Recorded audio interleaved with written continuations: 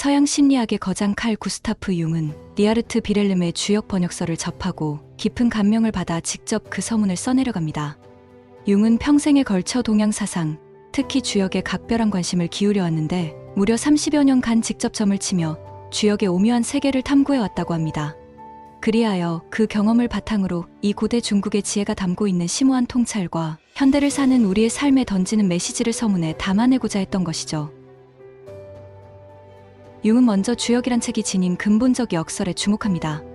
주역은 한편으로 인간 삶의 본질과 우주 만물의 변화 원리를 총체적으로 담아내고 있으면서도 다른 한편으로는 너무나 난해하고 심오하여 쉽사리 그 참된 의미에 다가가기 어려운 책이라는 것입니다. 그 때문에 서양에서 주역은 오랫동안 수수께끼 같은 점술서로만 치부되어 왔고 학자들조차 주역에 담긴 지혜를 온전히 받아들이지 못했다고 합니다. 심지어 동양에서조차 주역은 미신과 전복의 도구로 전락하기 일쑤였죠. 하지만 비렐름의 번역은 달랐습니다. 그는 주역의 상징 세계를 꿰뚫어보는 탁월한 안목으로 원전에 담긴 깊은 사유와 삶의 지혜를 현대의 언어로 되살려냈다고 융은 극찬을 아끼지 않습니다. 그것은 단순히 중국 학자로서의 학술적 지식을 넘어 중국 현인들과의 깊은 교류와 참된 수행을 통해 주역의 정신을 체득하고 온몸으로 구현해냈기에 가능했던 일이었습니다. 융은 주역의 핵심을 꿰뚫는 역설적 원리가 바로 우연의 동시성이라고 봅니다. 인과율의 엄정한 법칙에 따라 세계를 설명하려는 서양과 달리 중국인들은 사물과 사건에서 우연히 마주치는 순간들과 그 속에 스며드는 무한한 의미의 그물에 주목해왔다는 것이죠. 서양의 과학은 자연 현상을 인과율로 환원하여 설명하려 하지만 실제 자연의 운행에 있어 인과율이란 언제나 우연이라는 변수에 의해 교란되고 뒤섞이기 마련입니다. 바꿔 말해 인과율이란 언제나 통계적 평균과 확률의 법칙에 의거할 뿐 결코 예외 없는 절대적 진리가 될 수 없다는 것이죠. 그런 의미에서 우연의 개입을 배제한 인과적 설명이란 언제나 불완전하고 피상적일 수밖에 없습니다. 반면 동양에서는 사물의 인과적 연쇄보다는 한순간 우연히 배치된 사건의 짜임과 그 깊은 의미에 주목해왔습니다.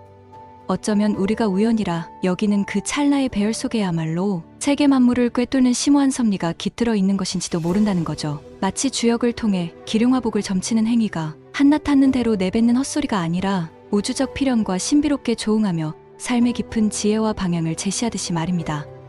융은 여기서 한 걸음 더 나아가 이러한 우연의 동시성 개념이 현대 물리학, 특히 양자역학의 혁명적 발견과도 맞닿아 있음을 지적합니다. 과학이 발전하면 할수록 엄격한 인과율로는 도저히 설명할 수 없는 신비로운 현상들이 드러나고 있으니까요. 불확정성의 원리가 지배하는 미시 세계에서 더 이상 사건은 선형적 시간 속에서 필연적으로 인과로 맺어지지 않습니다. 어떤 입자의 상태와 위치는 우리가 관찰하는 순간에 비로소 결정되는 것이지 그 자체로 실제하는 것이 아닙니다. 관찰 이전의 입자는 오직 확률로서만 존재하는 셈이죠. 이는 우리가 세계를 마주하는 방식 자체가 세계의 존재 양태를 규정한다는 양자역학의 혁명적 통찰과 일맥상통합니다. 인간과 세계, 의식과 물질, 주체와 객체를 엄격히 분리하는 고전 과학의 패러다임을 넘어서는 발상의 대전환인 것이죠. 마찬가지로 우리 삶을 관통하는 우연과 필연의 난해한 얽힘 또한 선험적으로 규정된 운명의 틀에 종속되는 것이 아니라 매 순간 우리가 내리는 선택과 그에 수반되는 의식적, 무의식적 반응에 따라 예측 불가능한 방식으로 미래의 지평을 열어간다고 볼 수 있습니다. 그렇기에 주역이 우리에게 묻는 가장 근원적인 화두는 결코 미래에 닥칠 기륭화복을 예견하고 통제할 수 있으리라는 인간이 오만한 야심이 아니라 지금 이 순간 우연히 마주친 계기 속에 담긴 필연의 메시지를 겸허한 마음으로 받아들이고 그에 따라 주체적으로 삶을 개척해 나갈 용기가 있는가 하는 실존적이고도 절박한 물음일 것입니다. 융은 실제로 주역에 물음을 던지며 일종의 우주적 대화를 시도하기도 합니다. 동전을 던져가며 만들어낸 궤와 그 판단을 통해 주역이 스스로의 존재 의의와 세상에 대한 태도를 어떻게 드러내는지를 살펴보았던 것이죠.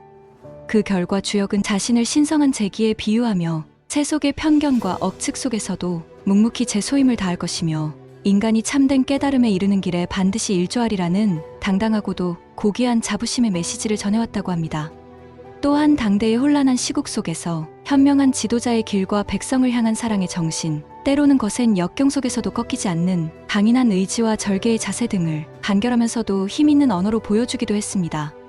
인간사 너머의 형이상학적 진리를 전달한다기보다는 이 땅에 살아가는 한 인간이자 지도자로서 어떤 태도와 마음가짐으로 세상을 살아가야 하는지 그 실존적 물음에 대한 답을 주역은 제시하고 있는 셈이죠. 또한 주역은 고정불변의 실체나 법칙보다는 생생한 삶의 흐름 자체를 포착하고자 합니다. 시시각각 변화하는 현실 속에서 우리는 어떤 마음가짐으로 세계를 만나고 살아가야 하는가? 그것은 분명 결코 쉽지 않은 질문이자 과제일 것입니다. 정해진 운명에 휘둘리기보다 스스로 삶의 방향을 선택해 나간다는 것, 불확실성과 예측 불가능성의 소용돌이 한가운데에서도 자신만의 중심을 잃지 않는다는 것, 세계를 향해 열려 있으면서도 내적 성찰의 깊이를 잃지 않는 태도를 견지한다는 것, 그것은 분명 엄청난 정신적 긴장과 고투를 수반할 수밖에 없는 실존의 모험이자 영적 도전이기도 합니다. 그럼에도 불구하고 융은 주역을 통해 바로 그러한 삶의 여정 자체가 지닌 심오한 의미와 가치를, 그리고 우리 한 사람 한 사람이 이 광활한 우주 만물과 관계 맺으며 기꺼이 자신을 던져 자기 삶의 지평을 넓혀가는 모습이야말로 인간 존재가 지닌 고귀함이 표현임을 깨닫게 되는 듯합니다. 정해진 틀에 얽매이기보다 매 순간 선택의 기로에 선 자유로운 존재로서 세계의 부름에 귀 기울이며 겸허하고 성실하게 살아가는 삶, 주역이 동양 정신사에서 차지하는 독보적 위상 또한 결국 그러한 존재론적 깨달음과 실천적 지혜에서 비롯된 것이 아닐까요? 융 역시 그런 맥락에서 주역의 가르침이 서구 근대의 이성중심주의와 형이상학적 교조주의를 극복하고 더 깊고 풍성한 삶의 지평을 열어줄 수 있으리라 기대했던 것 같습니다. 물론 주역을 대하는 우리의 자세 또한 중요할 터인데요. 고착화된 관념이나 선입견에 거친 그물로 억지로 주역을 틀어잡으려 해서는 안 될 것입니다. 오히려 한없이 열려있는 마음으로 매 순간 스스로에게 묻고 세계와 교감하는 가운데 주역과 살아있는 대화를 나눌 수 있어야 하겠죠. 때로는 난해하고 모호한 수수께끼처럼 보이는 그 언어가 결국 우리 삶의 내밀한 질문과 깊이 만나는 바로 그 지점, 그곳에서 비로소 주역은 깊은 공명을 일으키며 우리 영혼을 뒤흔드는 참된 각성의 계기로 다가올 것입니다.